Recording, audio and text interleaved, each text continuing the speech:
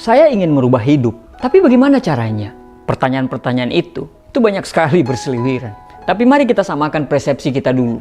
Persepsi tentang apa itu sebenarnya perubahan. Perubahan yang dimaksud adalah perubahan ke arah yang lebih baik.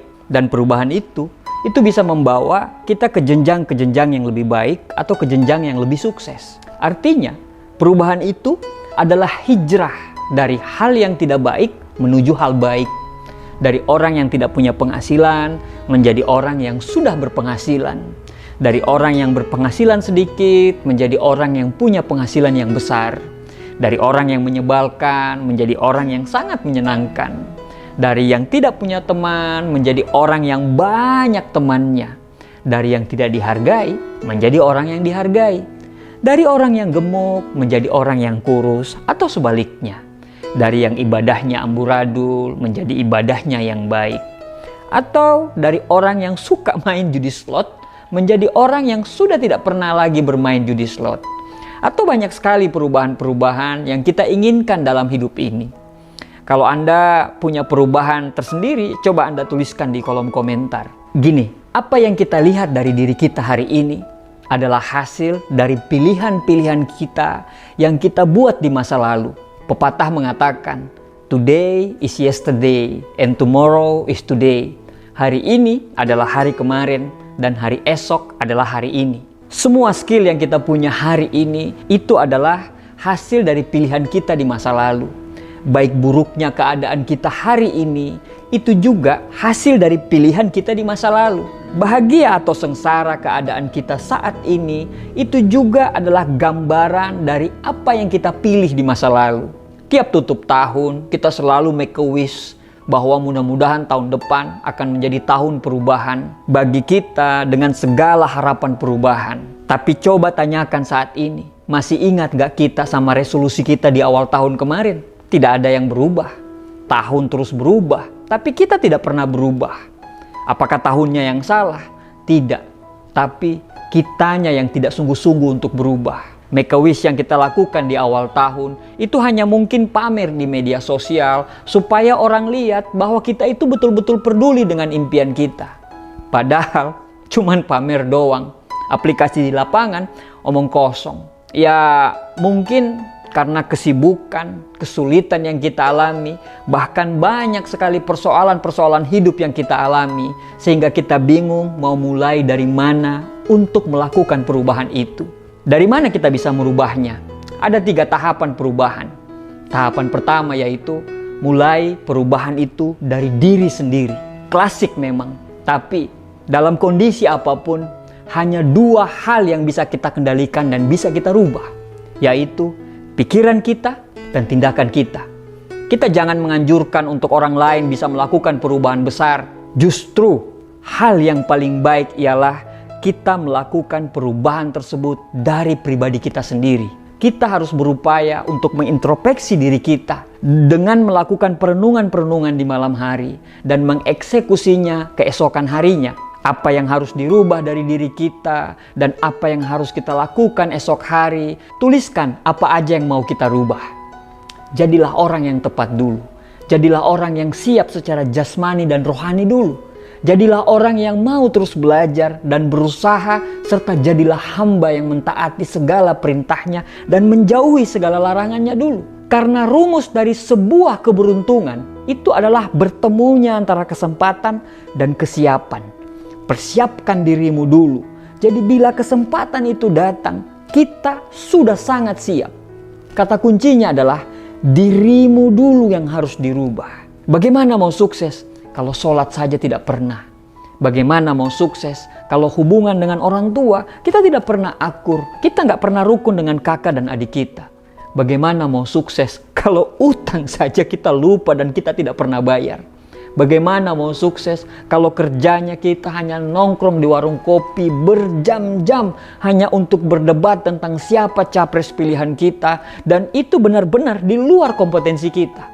Bagaimana mau sukses kalau lebih banyak istirahatnya daripada kerjanya? Buya Hamka pernah menulis, salah satu pengkerdilan terkejam dalam hidup ini adalah membiarkan pikiran yang cemerlang menjadi budak dari tubuh yang malas yang mendahulukan istirahat sebelum lelah. Langkah selanjutnya, Perubahan itu dimulai dari perubahan dari hal-hal yang kecil. Tidak ada perubahan besar ketika kamu tidak mau merubah hal-hal kecil. Admiral Navy SEALs William McRaven dalam pidatonya pernah berkata, "Jika kamu ingin merubah dunia, mulailah dari merapikan tempat tidurmu.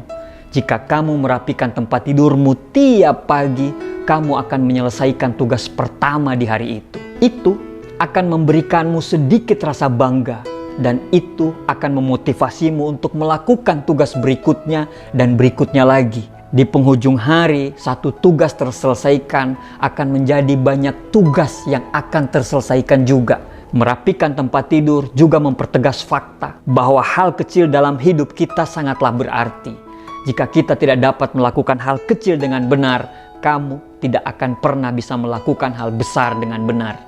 Dan jika kebetulan kamu punya hari yang buruk, kamu akan pulang ke rumah dengan tempat tidur yang rapi, yang kamu sendiri rapikan di pagi hari. Dan tempat tidur itu akan memberimu pengingat bahwa esok hari harus lebih baik dari hari ini. Bangun subuh dan sholat berjamaah di masjid. Susah, iya, karena memang godaan untuk kembali tidur itu sangatlah luar biasa. Tapi itu harus diperjuangkan. Bagaimana Allah mau memperjuangkan hidup kita kalau kita tidak mau berjuang untuk taat kepada Allah? Jauhkan diri kita dari hal-hal yang menggoda kita untuk melakukan aktivitas-aktivitas yang negatif. Merubah diri memang melelahkan. Belajar itu melelahkan, tapi jauh lebih melelahkan ketika dihina karena tidak tahu apa-apa. Diet itu sakit dan capek, tapi jauh lebih capek ketika dihina karena kelebihan berat badan.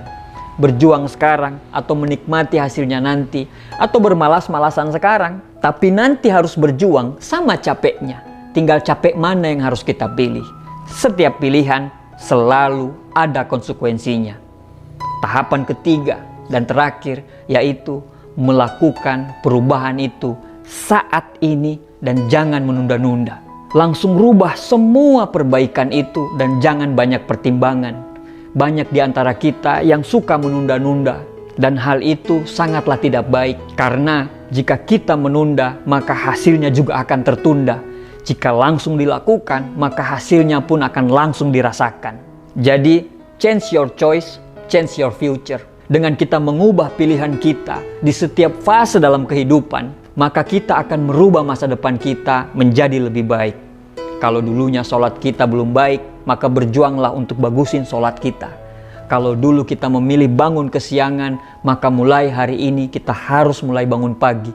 Kalau dulu kita memilih menghabiskan waktu berjam-jam untuk rebahan dan bermalas-malasan, maka hari ini kita harus lebih rajin dan lebih produktif lagi. Kalau dulunya kita suka lalai dan bermain, maka sekarang harus lebih serius lagi. Jangan sampai kita termaksud orang-orang yang menginginkan perubahan besar dalam kehidupan kita, tapi kita masih saja melakukan hal-hal yang sama tanpa mengubah pilihan itu sendiri. Karena orang-orang yang seperti ini termaksud orang-orang yang disindir oleh Albert Einstein, yaitu kegilaan adalah melakukan hal yang sama berulang-ulang, namun mengharapkan hasil yang berbeda. Kalau kita tidak mau dianggap gila atau mengidap kegilaan itu sendiri, mari change our choice so we can change our future. Mari kita ubah pilihan-pilihan hidup kita agar masa depan kita berubah sesuai dengan apa yang kita inginkan.